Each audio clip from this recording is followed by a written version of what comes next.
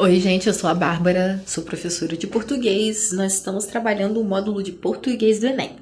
Bom, dando prosseguimento à nossa aula anterior, a aula de número 1, né, concordância verbal, a gente vai continuar com essa aula aqui hoje. Ainda vamos ter mais 2 aulas, né, um tema bem extenso, muitos exemplos.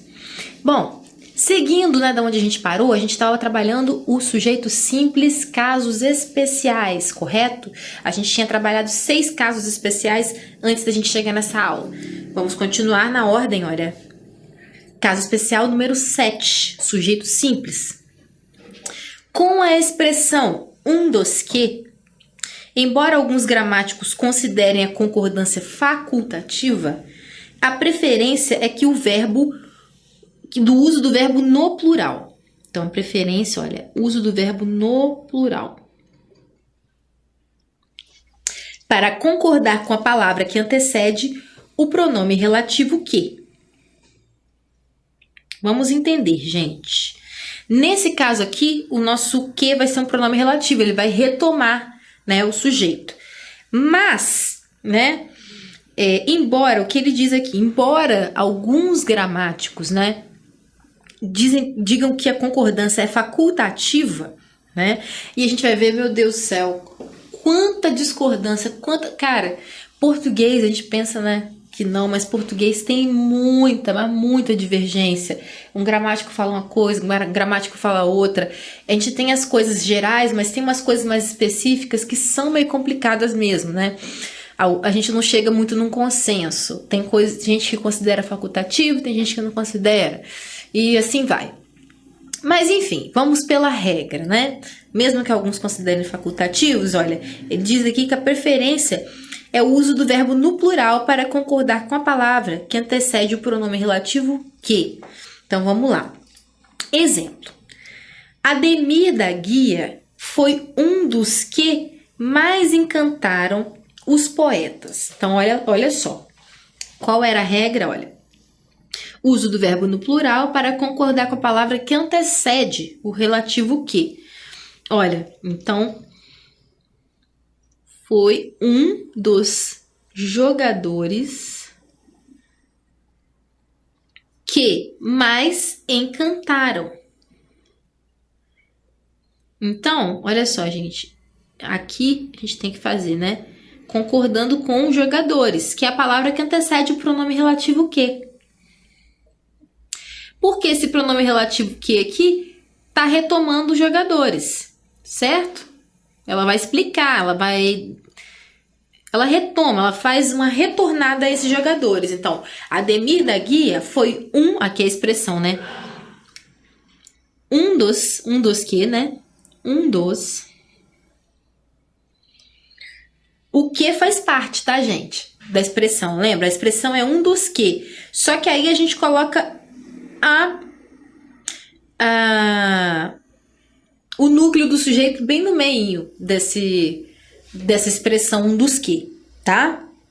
Então, Ademir da Guia foi um dos jogadores que mais encantaram os poetas. Se você é um dos que admiram o escritor, certamente lerá o seu novo romance. Então, olha só.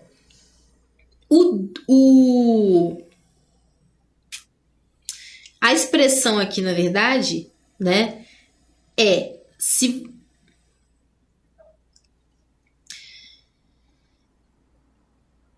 um dos.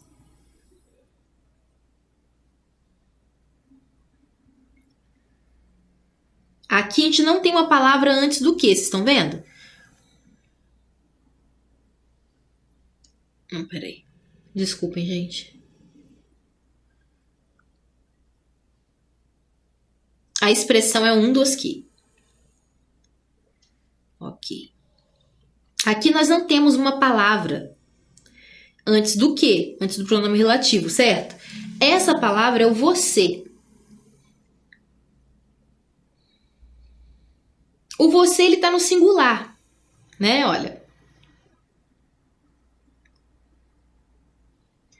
Mas, se a gente falasse aqui, ó, Se a gente fosse com os gramáticos que falam que é facultativo, a gente colocaria se você é um dos que admira.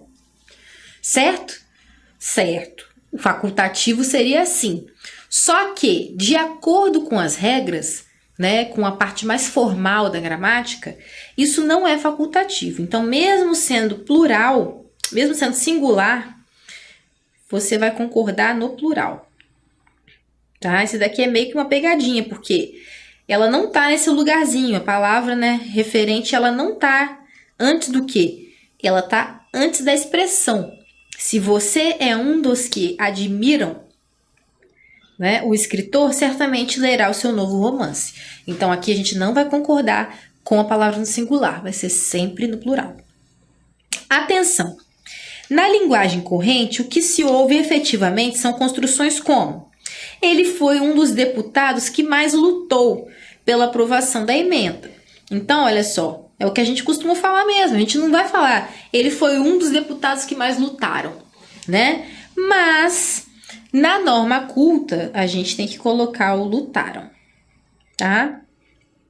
Ele foi um dos deputados que mais lutaram.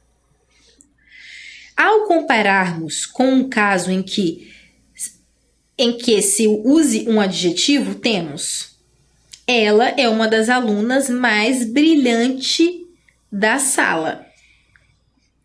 Então, olha só, se a gente colocar aqui um adjetivo no lugar do verbo, é isso que eles estão querendo dizer. Se a gente colocar um adjetivo no lugar do verbo, a gente vai perceber que é estranho, né? Que no fundo é estranho esse singular aqui. Porque o correto, a gente lê e percebe que o correto seria brilhantes. Tá? Então, ela é uma das alunas mais brilhantes da sala. Não brilhante, tá? Eles colocam aqui só pra gente perceber. Ao invertermos as frases, fica claro que o emprego da forma no plural está adequado, viu? Porque é estranho, gente. Né? É estranho. Uma das alunas mais brilhantes da sala. Não é. Né? Uma das mais brilhantes. Então, a gente deveria dizer aqui: ele foi um dos deputados que mais lutaram para a aprovação da emenda. Então, olha só, né? Das alunas mais brilhantes da sala, ela é uma. Dos deputados que mais lutaram pela aprovação da emenda, ele é um. Entendeu? Então, olha, essas são as maneiras corretas. Ok? Pelo menos na escrita, na norma culta. Tá? Quando o sujeito é o pronome relativo quem, pode-se utilizar o verbo na terceira pessoa do singular ou em concordância com o antecedente do pronome. Vamos entender. Fui eu quem pagou a conta. Ou fui eu quem paguei a conta. Então, olha só. Nesse caso, a gente está concordando com quem, certo? O quem é indefinido, né? Mesmo se tá tudo bem. Aqui não é indefinido porque fui eu. Fui eu. Mas quando o pronome é indefinido assim, a gente sempre relaciona ele com o verbo da terceira pessoa do singular. Se ele for no singular, se for plural, terceira pessoa do plural, que é ele ou eles, né? Ele, ela, eles ou elas. Então, desculpem. Então, a gente pode fazer quem pagou, terceira pessoa, concordar com o quem. Ou fui eu quem paguei. Pode concordar com o eu. Já que fui eu que paguei, né, gente? Pode concordar comigo. Então, olha só. Aqui nós temos a primeira pessoa. Tá? Fomos nós quem pintou o muro. Essa fica estranha, mas pode, tá? Porque aqui, ó, você vai concordar com o quem. De novo, terceira pessoa do singular. Ou fomos nós quem pintamos. Ou você vai concordar com nós, que é a segunda pessoa do plural. Ok? 9. Quando o sujeito é um pronome de tratamento, o verbo fica na terceira pessoa do singular ou plural. Vamos entender? Olha, Vossa Excelência é diabético, né? Então, você vai falar ou a terceira pessoa, né? É a mesma coisa que a gente falasse você, tá, gente? Você é diabético, porque o você aqui a gente também usa a terceira pessoa, né? Do plural. Mas aí a gente vai concordar com a terceira pessoa do plural. Agora, se for do singular, né? Se for no plural, então, Vossas Excelências vão renunciar? Ok?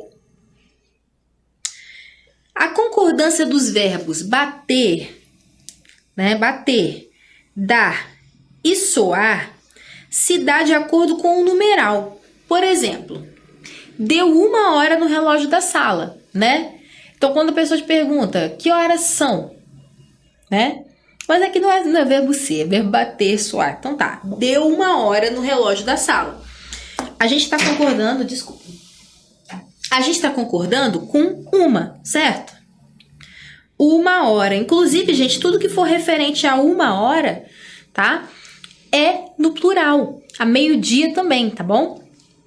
Desculpa, plural não, contrário, singular, ok? Quando a gente não vai falar são 1 hora, a gente vai falar é 1 hora, é meio-dia, tá bom? Ou são 12 horas.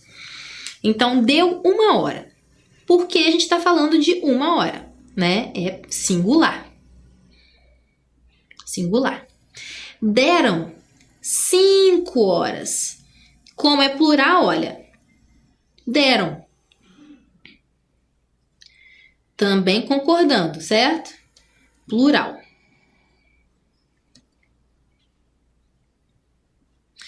Observação.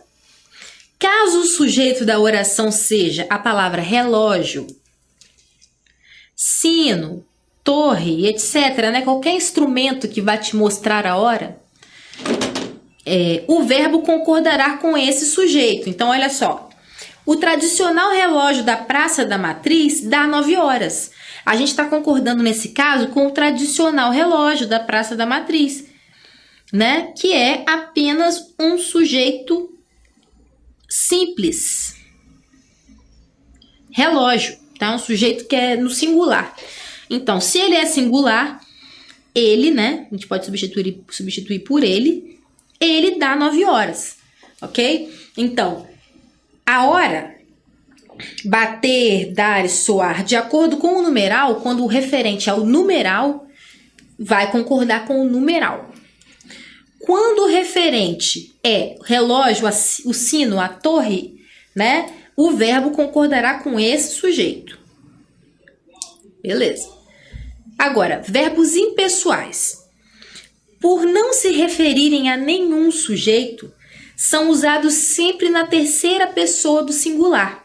Gente, isso aqui é importante. Nossa Senhora. São verbos impessoais. Então, eles sempre... Olha isso, gente. Terceira pessoa do singular. Sempre. Sempre. Sempre. Forever. Ok? Então, olha só. Haver no sentido de existir. Gente, haver no sentido de existir, ele vai permanecer na terceira pessoa do singular. A. Ok? Havia. Não haviam, não... não. É a. Haverá. Havia. Tá? Fazer indicando tempo. Faz 2 meses. Faz 1 ano. Beleza? Aqueles que indicam fenômenos da natureza. Choveu, chovia. Então, choveu, chovia. Sempre terceira pessoa do singular, não importa o tempo, tá, gente? Porque o tempo pode mudar, pode ser passado, presente e futuro. Todos eles têm essas flexões. Mas a pessoa, né, vai ser sempre terceira pessoa do singular. Tá?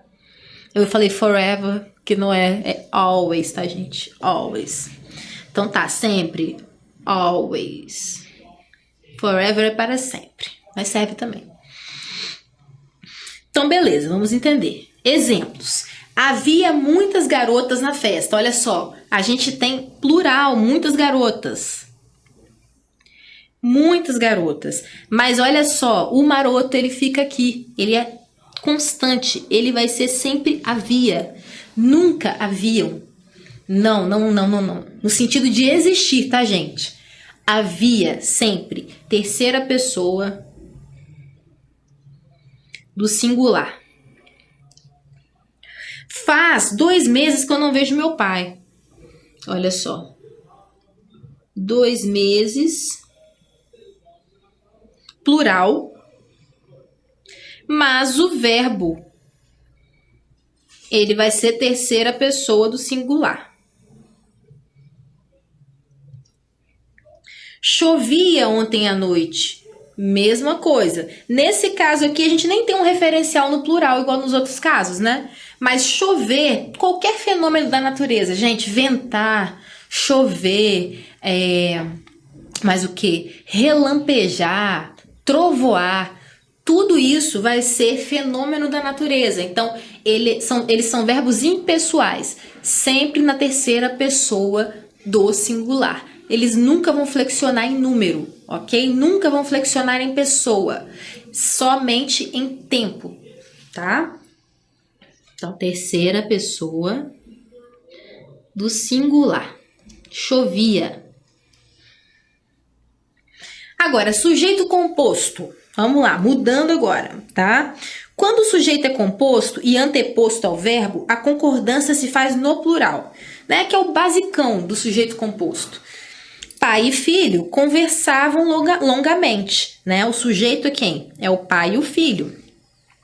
Pais e filhos devem conversar com frequência. Olha, sujeito composto no plural, né? Mesma coisa, isso aqui é o básico do básico, tanto do simples quanto do composto, tá? Os casos especiais que fogem um pouco daquilo que a gente está acostumado, né? Do arroz com feijão. 2. Nos sujeitos compostos formados por pessoas gramaticais diferentes, a concordância ocorre da seguinte maneira. A primeira pessoa do plural prevalece sobre a segunda, que por sua vez prevalece sobre a terceira. Então, a ordem, gente, é sempre decrescente, tá? Então, a primeira pessoa do plural é quem? Nós, certo? A segunda, vós. E a terceira, eles. Então, em primeiro lugar, a gente vai tentar concordar com nós. Não deu para concordar com nós? Concorda com vós. Se não deu, você vai concordar com eles. Então, sempre da primeira para a última. Então, vamos entender. Ó, teus irmãos, tu e eu, tomaremos a decisão. Então, presta atenção. Se a gente inclui o eu, né? Se você está incluído, se eu estou incluída, então já virou o quê? Nós. Então, sendo a primeira pessoa aqui, a gente pode colocar a primeira pessoa do plural, né? Ó, teus irmãos, tu e eu. E aí vira o quê? Nós. Então, olha, tomaremos a decisão. Então, a gente tem a primeira pessoa do plural, nós. Agora, tu e teus irmãos, eu já não entro, né? Então, tu e teus irmãos tomareis a decisão. Então, a segunda pessoa do plural, vós. Agora, quando a gente não tem jeito, a gente não tem nem o nós nem o vós, a gente vai com eles mesmo. Ó. Teus pais e filhos precisam respeitar-se. Né? Pais e filhos precisam respeitar-se. Então, terceira pessoa do plural, eles. Observação. Quando o sujeito é composto, formado por um elemento da segunda pessoa e um da terceira, é possível empregar o verbo na terceira pessoa do plural. Vamos entender, olha. Aceita-se, pois, a frase. Tu e teus irmãos tomarão a decisão, né? Então, olha, quando o sujeito é composto, formado por um elemento da segunda pessoa, né, aqui, e da terceira, do plural, tu e teus irmãos, você transforma todo mundo em eles, olha, eles. Vira tudo numa sacola só, tá? Tudo vai no mesmo saco, vira tudo eles. Beleza? 3. No caso do sujeito composto pós-posto ao verbo, passa a existir uma nova possibilidade de concordância. Em vez de concordar no plural com a totalidade do sujeito, o verbo pode estabelecer concordância com o núcleo do sujeito mais próximo, tá? Olha, no caso do sujeito composto, pós-posto ao verbo, ele está depois do verbo, né? Passa a existir uma nova possibilidade de concordância. Em vez de concordar no plural com a totalidade do sujeito, o verbo pode estabelecer concordância com o núcleo do sujeito mais próximo. Vamos entender, parece difícil, mas não é. Convém insistir que isso é uma opção, não uma obrigação. Então, vamos colocar aqui, ó, vários asteriscos.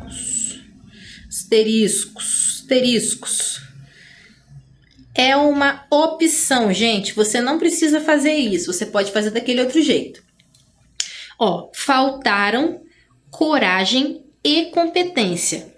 Ou faltou coragem e competência. Então, olha só. O sujeito está pós-posto, não é verdade? Depois do verbo. O que pode fazer? Você pode concordar com o mais próximo, faltou coragem e competência. Ou concordar com ambos, né? Faltaram. Como se fosse um eles aqui, faltaram eles, né? Então, aqui você concorda com o núcleo todo e na segunda opção você concorda com o mais próximo, tá? É uma opção, tá? É facultativo, você faz da maneira que você preferir. Observação. Nesses casos, o uso do verbo no singular enfatiza a unidade do conjunto. Já a forma plural confere destaque aos elementos que formam um conjunto. Então, sempre vai ser assim, gente, né? Faltou coragem e competência, você junta, você comprime essas duas coisas, tá? Agora, faltaram coragem e competência, parece que você lança mais luz sobre cada um, né? Sobre cada um desses itens que faltaram. Tá? Se faltou, você junta. Se faltaram, você dá uma espalhadinha. Bom, é isso, a gente fica por aqui.